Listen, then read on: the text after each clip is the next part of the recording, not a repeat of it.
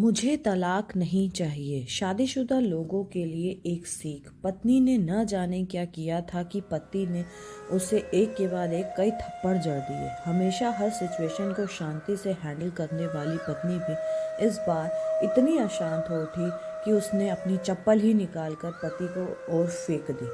चप्पल पति के बालों को छूते हुए निकल गई। यह किस्सा यहीं पर खत्म हो सकता था, मगर पति ने अपनी इस मर्दानगी का विषय बना लिया और बात बद से बदतर हो चली गई। रिश्तेदारों ने भी आग में घी डालने का ही काम किया। किसी ने कहा, जो औरत अपने पति को चप्पल से मार सकती है वो नहीं तो वफादार हो सकती है और न ही पतिव्रता। ऐसी औरत परिवार ही नहीं पूरे समाज पर एक कलंक की तरह है। बीवी के पक्ष वाले कहाँ पीछे रहने वाले थे। किसी ने कहा, 21वीं सदी में भी जो स्त्री के साथ मारपीट करते हैं उन्हें तो जेल भेज देना चाहिए। तो कोई कहता, जरूर उसको कोई और पसंद आ गई होगी, इसलिए अब पत्नी ने मारपीट करने लगा है। बात कोर्ट तक पहुंच गई। दोनों पक्षों ने एक दूसरे के खिलाफ केस फाइल कर दिया। पति ने चरित्रहीन होने का तो पत्नी ने दहेज और शारीरिक उत्पीड़न का आरोप लगा दिया। 2 वर्षों से अधिक समय के लिए केस चला था। इन 2 वर्षों के दौरान दोनों पति पत्नी अलग अलग रहे थे। इन दोनों वर्षों के दौरान दोनों पक्षों के समर्थकों की संख्या कम हो गई थी।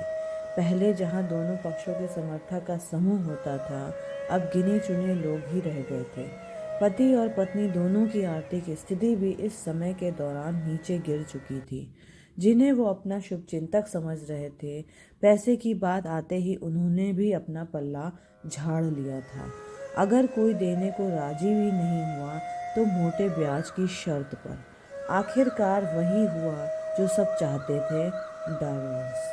हर कोई खुश था। दोनों पक्ष के रिश्तेदार, उनके माता पिता, दोनों को वकीलों, सब कोई खुश थे। लेकिन 5 साल की सुखद शादी और एक सुंदर बेटी होने के बाद मिले इस डाइवोर्स से पत्नी मूक थी और पति शांत। शायद वे इस इत्तेफाक ही था कि इस खुशी को मनाने के लिए दोनों पक्ष के लोग एक ही चाय की टपरी पर बैठे, आमने सामने। इत्तेफाक इसलिए क्योंकि ज़्यादातर लोग तो एक दूसरे के विरोध पक्ष पर सपोर्ट कर रहे थे। वे एक दूसरे को अच्छे से जानते भी नहीं थे। पति पत्नी भी इन सभी से दूर एक दूसरे के सामने मेज पर बैठे। पत्नी ने पति से कहा, अब तो खुश होंगे ना? तुम्हारे मन की जो हुई मुबारक हो। तुम भी तो आज जीत गई हो। मुझे तलाक तो तुम्हें भी तो मिल गया है ना? Congratulation to you. पति ने कहा, तलाक को तुम जीत का प्रतीक समझते हो? पत्नी ने पूछा। पति चुप रहा। थोड़ी देर की शांति के बाद पति ने कहा, मुझे तुम्हें 5 लाख रुपए अभी और हर महीने 8,000 देने का आदेश है। अभी मेरे पास पैसे नहीं हैं, इसलिए हमारा मतलब जो सिटी में फ्लैट है उसे तुम्हारे नाम कर देता हूँ। पत्नी बोली, लेकिन उस फ्लैट की कीमत तो 18 लाख की है। हाँ, लेकिन हमारी बेटी तुम्हारे साथ है और आगे जाके उसके खर्चे भी तो बढ़ेंगे, तुम्हें थोड़ी आसानी होगी। पति ने कहा, नहीं नहीं, मुझे सिर्फ 5 लाख ही देना और तुम हर महीने 8,000 तो देने ही वाले हो, मैं मैनेज कर लूँगी। अगर 5 लाख नहीं है तब भी कोई बात नहीं। दोनों फिर से शांत हो गए। पति सोचने लगा, कितनी भोली और समझदार है ये औरत, जो कुछ समय पहले तक मेरी पत्नी थी और अब अनजान।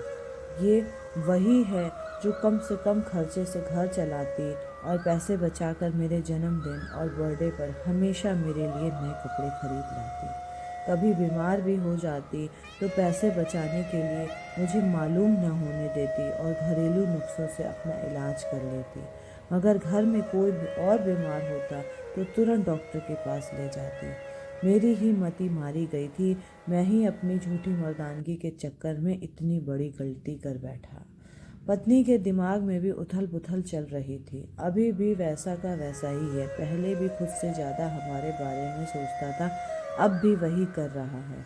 ये वही आदमी है जो मुझे एक्सीडेंट से बचाने के लिए खुद मोटरसाइकिल के आगे कूद पड़ा था और अपनी उंगली तोड़वा बैठा था। पता नहीं कौन सी मनहूस घड़ी में हम लोग का झगड़ा होकर बैठे हैं। पति ने मौन तोड़ते हुए पूछा, अब तुम्हारा कमर का दर्द कैसा है? ज़्यादा तकलीफ तो नहीं होती? पत्नी हल्का सा मुस्कुराई और बोली, अभी भी होता है, अब तो पेट में भी क्रम्स उठते हैं। वो तो होगा ही, तुम योगा या कसरत भी तो नहीं करती हो। अब किसी गायनेकोलॉजिस्ट को जरूर दिखा देना। पति ने कहा, तुम बताओ तुम्हारा अस्थमा कैसा है? अब भी दौरे पड़ते हैं? पत्नी ने पूछा। हाँ पड़ते हैं, पहले से ज़्यादा, क्योंकि अक्सर इन्हेलर भूल जाया करता हूँ। याद दिलाने के लिए तुम जो नहीं हो अब, पति बोला। पत्नी की आंखों में आंसू आ गए। वो बोली, तुम्हारे मित्र तुम्हें मेरे चरित्र पर सवाल नहीं उठाना चाहिए था तो ये परिस्थिति आती ही नहीं। हाँ मैं जानता हूँ तुम बहुत अच्छी हो, मुझसे गलती हो गई, बहुत बड़ी गलती। मैं लोगों के बहकावे में आ गया था। पति बोला। तुमने भी तो मुझ पर दहेज का इल्ज़ाम लगाया था। वो बोला, गलत था और इस बात पर मुझे भी पछतावा हुआ। पत्नी ने कहा। पति कुछ कहना चाह रहा था लेकिन हिचकिचा रहा था। पत्नी ने पूछा, कुछ कहना चाहते हो? वो बोला, क्या सब पहले जैसा नहीं हो सकता? क्या मतलब? पत्नी बोली, मतलब कि हम फिर से पहले की तरह पति पत्नी बनकर, सच्चे दोस्त बनकर नहीं रह सकते? पति बोला। पर ये डाइवोर्स के पेपर दिखाते हुए पत्नी ने कहा, फाड़ देते हैं? पति ने अपने पास रखे डाइवोर्स के पेपर फाड़ते हुए कहा। पत्नी ने भी अपने पास रखे पेपर फाड़ दिए। सभी हैरान थे, वकील, रिश्तेदार और माँ बाप। पति पत्नी दोनों एक दूसरे के हाथ में हाथ पकड़े अपने घर की तरफ चल दिए। दोस्तों, ये कहानी उन हर पति पत्नी के लिए एक बड़ी सीख है जो छोटी छोटी बातों पर लड़ते हैं और इन झगड़ों को बड़ा करके अलग होने का डिसीज़न लेते हैं। प्यार और झगड़ा तो एक सिक्के के दो पहलू की तरह है, दोनों को स्वीकार करना होगा, तभी ये पवित्र रिश्ता उसकी